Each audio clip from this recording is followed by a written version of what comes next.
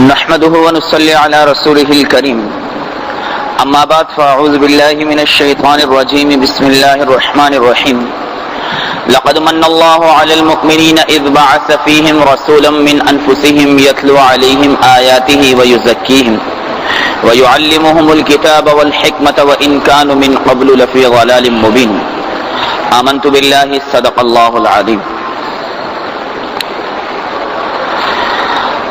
آپ سے عشق میرے دل کی شریعت آقا، آپ سے عشق میرے دل کی شریعت آقا، آپ سے عشق میری جان کی عبادت آقا، آپ کے ادنا غلاموں کے غلاموں کا غلام میں، آپ کے ادنا غلاموں کے غلاموں کا غلام میں ہے شرف میرے لیے اتنی ہی نسبت آقا. میرے قابل صد احترام محترم عزیز و دوستوں اور بزرگوں، نبی کریم صلی اللہ علیہ وآلہ وسلم کی سیرت طیبہ سے متعلق کچھ باتیں اور کچھ بیانات آپ حضرات کے سامنے میں عرض کرنا چاہوں گا. اکثر و بیشتر آپ حضرات نے دوائیوں کی بوتل پر ایک بات لکھی ہوئی دیکھی ہوگی کہ استعمال سے پہلے اچھی طرح ہلائیں. کم و بیش تمام ہی دوائیوں کی بوتلوں پر یہ بات ضرور بھی ضرور لکھی ہوئی ہوتی ہے. یہاں سے یہ بات سمجھ میں آتی ہے کہ جب اللہ تبارک و تعالیٰ اپنے کسی بندے کو کوئی خاص انعام دینا چاہتے ہیں، کسی خاص نعمت سے نوازنا چاہتے ہیں، تو اس سے پہلے اللہ تبارک و تعالیٰ اپنے اس بندے کو آزماتے ہیں، اس کو ذرا جھنجھوڑتے ہیں. اس کی دلیل قرآن عظیم الشان سے بھی ملتی ہے. اللہ تبارک و تعالیٰ نے سیدنا ابراہیم علیہ السلام کے بارے میں فرمایا قرآن میں وَإِذِ ابْتَلَىٰ إِبْرَاهِيمَ رَبُّهُ بِكَلِمَاتٍ فَأَتَمَّهُنَّ، کہ ہم نے اپنے بندے ابراہیم کو آزمائشوں میں ڈالا اور وہ تمام کی تمام آزمائشوں میں کامیاب ہوا. اب جب آزمائشوں میں کامیاب ہوا تو اللہ تعالیٰ نے کیا فرمایا؟ انی جاعلک للناس اماما، پوری کی پوری دنیا کے لوگوں کے لیے سیدنا ابراہیم علیہ السلام کو امام بنا دیا گیا. تو امام بنانے سے پہلے اللہ تعالیٰ نے کچھ وقت آزمائش کا رکھا تھا. سیدھی سی بات ہے میرے دوستوں، آج ہم 2 روپے کا گڑھا خریدنے کے لیے جاتے ہیں تو خریدنے کے بعد جب مٹی کا ہوتا ہے تو اسے بجا کر دیکھا جاتا ہے کچا ہے یا پکا ہے. آپ نے دیکھا ہوگا لوگ تربوز خرید رہے ہوتے ہیں تو تربوز کو بجا کر دیکھتے ہیں کہ اس کے اندر پانی ہے یا یہ اندر سے ٹھوس ہے. 2 روپے کا گڑھا خریدا جائے تو اسے چیک کیا جائے، اور 10 روپے کا تربوز خریدا جائے تو اسے بھی چیک کیا جائے کچا ہے یا پکا ہے. اب اللہ تبارک و تعالیٰ ایمان والوں کے بارے میں فرماتا ہے کہ ان اللہ اشتری من المؤمنین انفسهم واموالهم بان لهم الجنہ، یہ جو تمہاری جان ہے اور یہ جو تمہارا مال ہے یہ تمہارا نہیں ہے، یہ تو اللہ تعالیٰ نے ایمان جنت کے بدلے میں تم سے خرید لیا ہے. اب جب اللہ خریدار بنے گا تو اللہ تعالیٰ بھی خریدنے سے پہلے ذرا انسان کو، ایمان والوں کو چیک کرتا ہے کہ میرا یہ بندہ ایمان میں کچا ہے یا پکا ہے. کوئی بہت بڑی نعمت دی جاتی ہے تو پہلے چیک کیا جاتا ہے ان نعمتوں کے یہ آدمی قابل ہے بھی یا نہیں. جناب نبی کریم صلی اللہ علیہ وآلہ وسلم کی پاک اور مقدس ذات کو اس دنیا میں آنا تھا میرے دوستوں، اور آپ صلی اللہ علیہ وسلم کو قریش قبیلے کے اندر پیدا ہونا تھا. چنانچہ اللہ کے رسول کی پیدائش سے پہلے اللہ تبارک و تعالیٰ نے 3 شخصیتوں کو آزمایا ہے. ان میں سے پہلی شخصیت اللہ کے رسول کی دادا بننی تھی، دوسری شخصیت کو اللہ کے رسول کا والد بننا تھا، اور تیسری شخصیت کو اللہ کے رسول صلی اللہ علیہ وسلم کی والدہ مطہرہ بننی تھی. ان تینوں کی تینوں شخصیت کو پہلے آزمایا گیا، اور آزمانے کے بعد سرکار دو عالم صلی اللہ علیہ وآلہ وسلم کی ذات بابرکت کو بطور انعام کے انہیں عطا کیا گیا. آپ صلی اللہ علیہ وآلہ وسلم کے دادا جب پیدا ہوئے تو بہت زیادہ خوبصورت تھے، اور پیدائشی طور پر ان کے سر کے کچھ بال جو تھے وہ سفید تھے، اس لیے ان کے والد نے ان کا نام شیبہ رکھ لیا تھا. آج ہم یہ سمجھتے ہیں نا کہ اللہ کے رسول کے دادا کا نام عبد المطلب تھا، ان کا نام شیبہ رکھ لیا گیا تھا. چنانچہ اللہ کا نظام چلا کہ وہ پیدا ہوئے، کچھ ہی عرصے کے بعد ان کے والد کا انتقال ہو گیا. آپ صلی اللہ علیہ وسلم کے جو دادا تھے ان کی والدہ کا نام سلمہ تھا، وہ اپنے بیٹے شیبہ کو لے کر مدینہ منورہ آ گئی، جو کہ ان کا جو ہے وہ ننیال تھا آپ صلی اللہ علیہ وسلم کے دادا. چنانچہ وہاں لا کر شیبہ کی جو ہے وہ پرورش کا سلسلہ شروع ہو گیا. آپ صلی اللہ علیہ وسلم کے دادا جب جوانی کی عمر کو پہنچے تو جوانی میں خوبصورت اور بھی زیادہ جوانی جو ہے وہ نکھر کے سامنے آ گئی، اور تیر اندازی کے اندر آپ صلی اللہ علیہ وسلم کے دادا شیبہ کو جو ہے وہ بڑی مہارت حاصل تھی. چنانچہ یہ تیر اندازی کے مقابلوں میں ہمیشہ سر فہرست رہا کرتے تھے. مکہ مکرمہ میں رہنے والا ایک شخص تھا جس کا نام تھا حارثی. ایک مرتبہ وہ کسی کام سے مکے سے مدینہ منورہ آیا تو دیکھا کہ چند نوجوان ایک میدان کے اندر تیر اندازی کا مقابلہ کر رہے ہیں، اور ان میں ایک نوجوان بڑا خوبصورت ہے، اس کا تیر بالکل نشانے پر جا کر لگتا ہے، اور جب اس کا تیر نشانے پہ لگتا تو پھر وہ اشعار پڑھتا تھا کہ لوگوں میں مکے کا رہنے والا ہوں، میں قریشی قبیلے سے میرا تعلق ہے۔ چنانچہ وہ اشعار پڑھتا، حارثی کو اس سے بڑی محبت آئی کہ یہ تو میرے شہر مکے کا رہنے والا ہے۔ چنانچہ اس نوجوان کے بارے میں تحقیقات کی اور معلومات جمع کی تو پتہ لگا کہ یہ مکے میں رہنے والے مطلب نامی ایک شخص کا بھتیجا ہے۔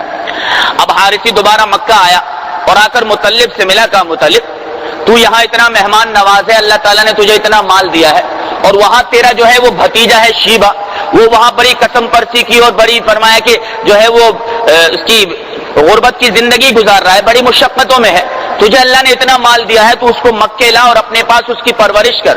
چنانچہ آپ صلی اللہ علیہ وسلم کے جو دادا تھے ان کے چچا مطلب جو ہے وہ مکے سے مدینہ گئے اور جا کر شیبہ کی والدہ سلمہ سے کہا کہ شیبہ کو میرے ساتھ بھیج دو، میں اس کی تربیت اور پرورش کر کے اسے دوبارہ تمہارے پاس بھیج دوں گا۔ چنانچہ میرے دوستوں ان کی والدہ راضی ہو گئی اور مطلب جو ہے وہ اپنے بھتیجے شیبہ کو لے کر اونٹنی پر سوار ہو کر مکہ مکرمہ کے اندر داخل ہو گئے۔ کتابوں میں لکھا ہے کہ جب یہ مکہ مکرمہ میں داخل ہوئے تو مطلب جو تھے وہ آگے بیٹھے تھے اور شیبہ ان کے پیچھے بیٹھے تھے۔ لوگ یہ سمجھے کہ مطلب شاید مدینہ منورہ سے کوئی غلام خرید کر لایا ہے، تو اسی دن سے ان کو عبد المطلب کہہ کر پکارنا شروع کر دیا گیا کہ مطلب کا یہ غلام ہے۔ چنانچہ اس دن سے آپ صلی اللہ علیہ وسلم کے دادا کا نام شیبہ ہٹ گیا اور عبد المطلب بہت زیادہ مشہور ہو گیا، جو آج میرے اور آپ کے درمیان بھی یہ نام بہت زیادہ مشہور ہے۔ چنانچہ انہوں نے یتیمی کے زمانے میں بڑی تکلیفیں اٹھائی تھی، اللہ تعالیٰ نے انعام دیا۔ کہتے ہیں ایک رات سوئے ہوئے تھے کہ خواب میں فرمایا کہ یہ تحقیقات کی گئی کہ فلاں جگہ ایک زمین ہے، اسے کھودو تو وہاں سے زمزم کا کنواں نکل آئے گا۔ آپ صلی اللہ علیہ وسلم کے دادا شیبہ صبح اٹھے اور اس جگہ کو کھودنا شروع کیا، اور کئی گھنٹوں کی انتھک محنت کے بعد وہ اس چٹان تک پہنچ گئے جس چٹان کے اندر اللہ تعالیٰ نے زمزم کے پانی کو چھپا کے رکھا تھا۔ یہ وہ زمانہ تھا جب مکہ مکرمہ میں نہ پینے کا پانی تھا نہ رہنے کا پانی تھا۔ چنانچہ انہوں نے اس چٹان کو توڑا اور اس کے اندر سے زمزم کا پانی جاری ہو گیا۔ جب لوگوں نے دیکھا کہ ایسی فرمایا کہ خشک سالی زمین کے اوپر ان کی محنت سے پانی نکلا، تو لوگوں نے آپ صلی اللہ علیہ وسلم کے دادا عبد المطلب کو جو ہے وہ بیت اللہ کا متولی بنا دیا، اور اللہ تعالیٰ نے ان کو یہ انعام عطا فرما دیا۔ تو پہلی شخصیت جو آزمائی گئی آپ صلی اللہ علیہ وسلم کا دادا بنانے کے لیے، وہ عبد المطلب کو آزمایا گیا۔ چنانچہ عبد المطلب جب متولی بنے تو انہوں نے ایک منت مانی کہ اگر اللہ نے مجھے 10 بیٹے دیے تو میں ایک اللہ کے نام پہ قربان کر دوں گا۔ اللہ کا نظام چلا، اللہ تعالیٰ نے انہیں 10 بیٹے عطا فرمائے۔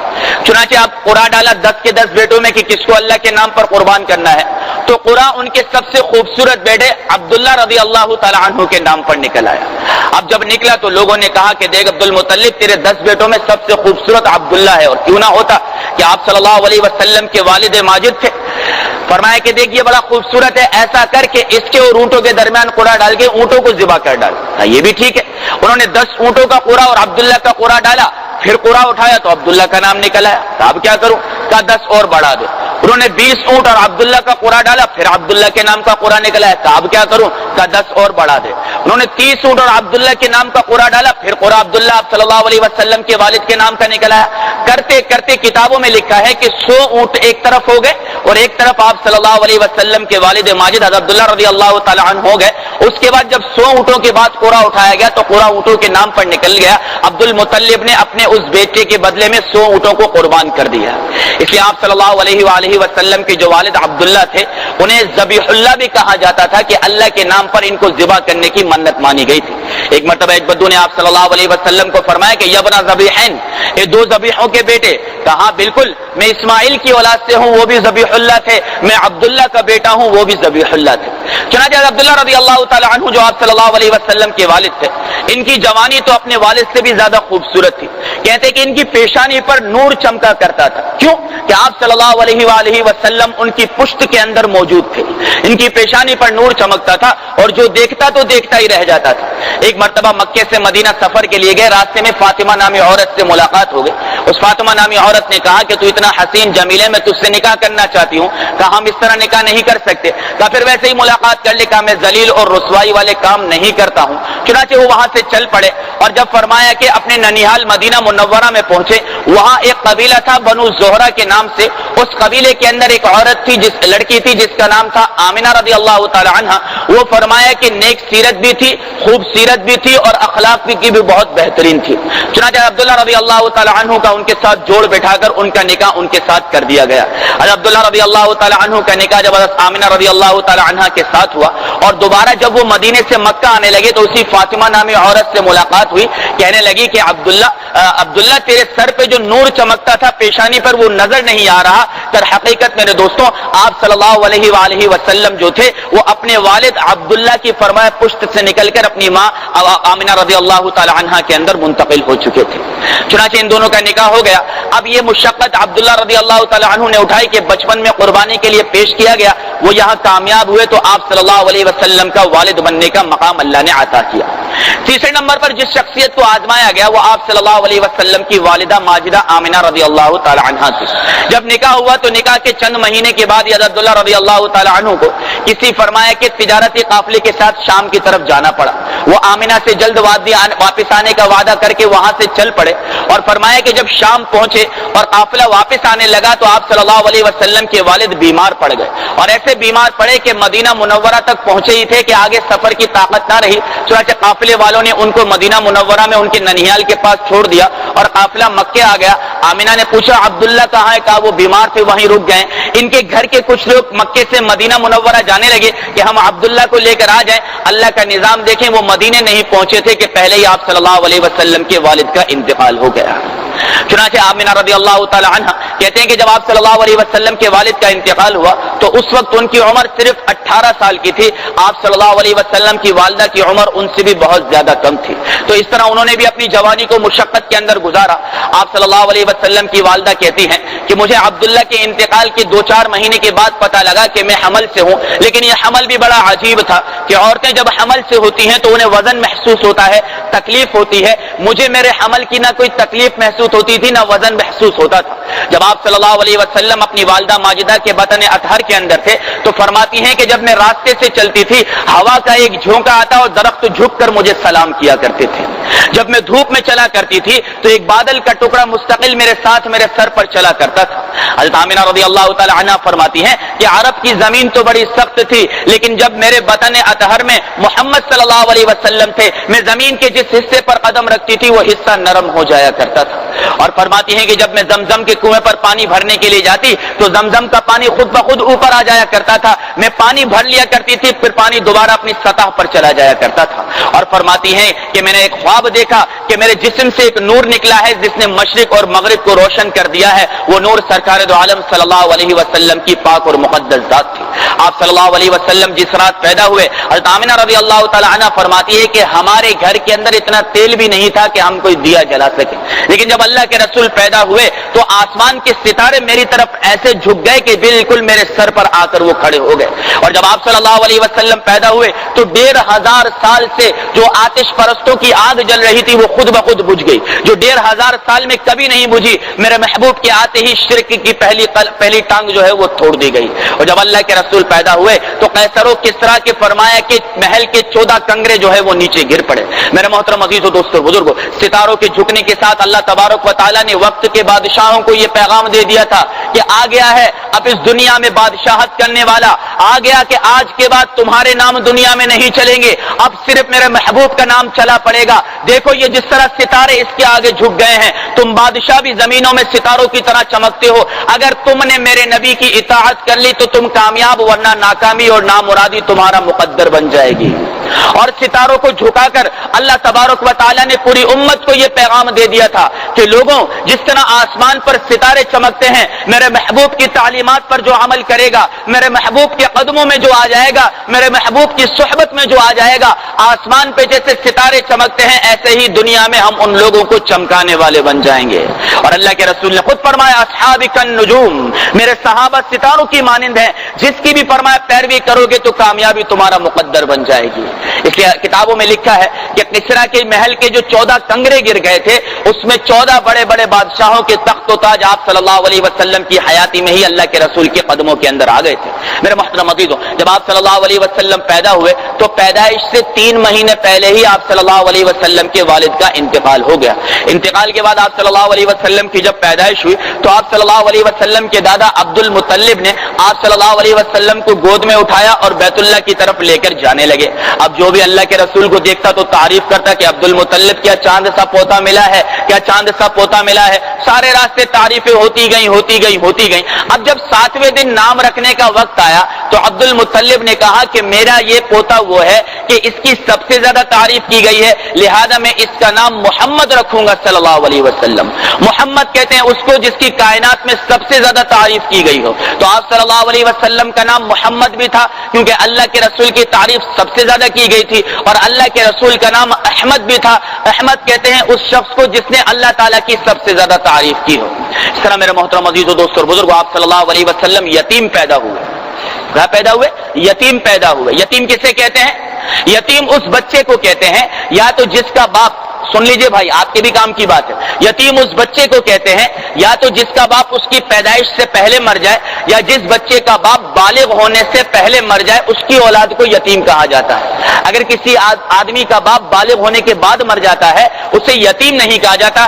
شریعت کی اصطلاح کے اندر یتیم اس بچے کو کہا جاتا ہے جس کے والد کا انتقال بالغ ہونے سے پہلے یا بچپن ہی کی عمر کے اندر ہو جائے۔ آپ صلی اللہ علیہ وسلم یتیم پیدا ہوئے اور اللہ نے قرآن میں فرمایا وَالضُّحَىٰ وَاللَّيْلِ إِذَا سَجَىٰ مَا وَدَّعَكَ رَبُّكَ وَمَا قَلَىٰ وَلَلْآخِرَةُ خَيْرٌ لَكَ مِنَ الْأُولَىٰ وَلَسَوْفَ يُعْطِيكَ رَبُّكَ فَتَرْضَىٰ أَلَمْ يَجِدْكَ يَتِيمًا فَآوَىٰ۔ ارے میرا محمد کہ تو پیدا تو یتیم ہوا لیکن دیکھ تو صحیح کہ تیرے نام کا ایسا بول بالا ہوا کہ آج تک تیرے نام سے زیادہ کسی کے نام کا بول بالا کائنات میں نہیں ہے۔ اس لیے میرے محترم عزیز و دوستو اور بزرگوں، حضور اکرم صلی اللہ علیہ وسلم کی ذات بابرکت جب پیدائش کے وقت سے اتنی رحمتیں اور برکتیں لے کر دنیا کے اندر آئی ہے تو آپ صلی اللہ علیہ وسلم کی اطاعت کرنے پر اللہ تبارک و تعالیٰ کیا کیا عطا فرمانے والے ہیں۔ اس لیے کسی اللہ والے نے کہا ہے کہ عجب چیز ہے عشق شاہ مدینہ، عجب چیز ہے عشق شاہ مدینہ، عجب چیز ہے عشق شاہ مدینہ، یہی تو ہے عشق حقیقی کا زینہ، ہے معمور اس عشق سے جس کا سینہ، اسی کا ہے مرنا اسی کا ہے جینا۔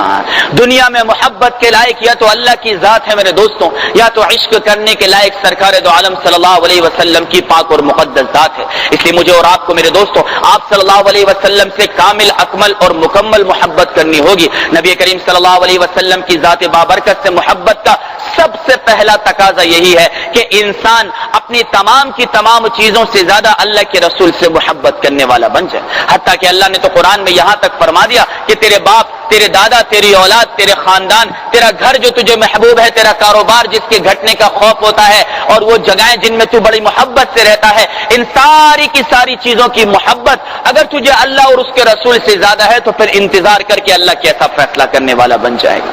اس لیے میرے دوستوں آج سے ہم بھی اس بات کا عزم اور ارادہ کریں انشاءاللہ تعالی۔ آج ابتدا رکھی ہے ہم نے آپ صلی اللہ علیہ وسلم کے بیان سیرت کے اعتبار سے، اللہ تعالیٰ نے زندگی دی تو انشاءاللہ تعالی یہ بیانات ذرا طویل چلائیں گے۔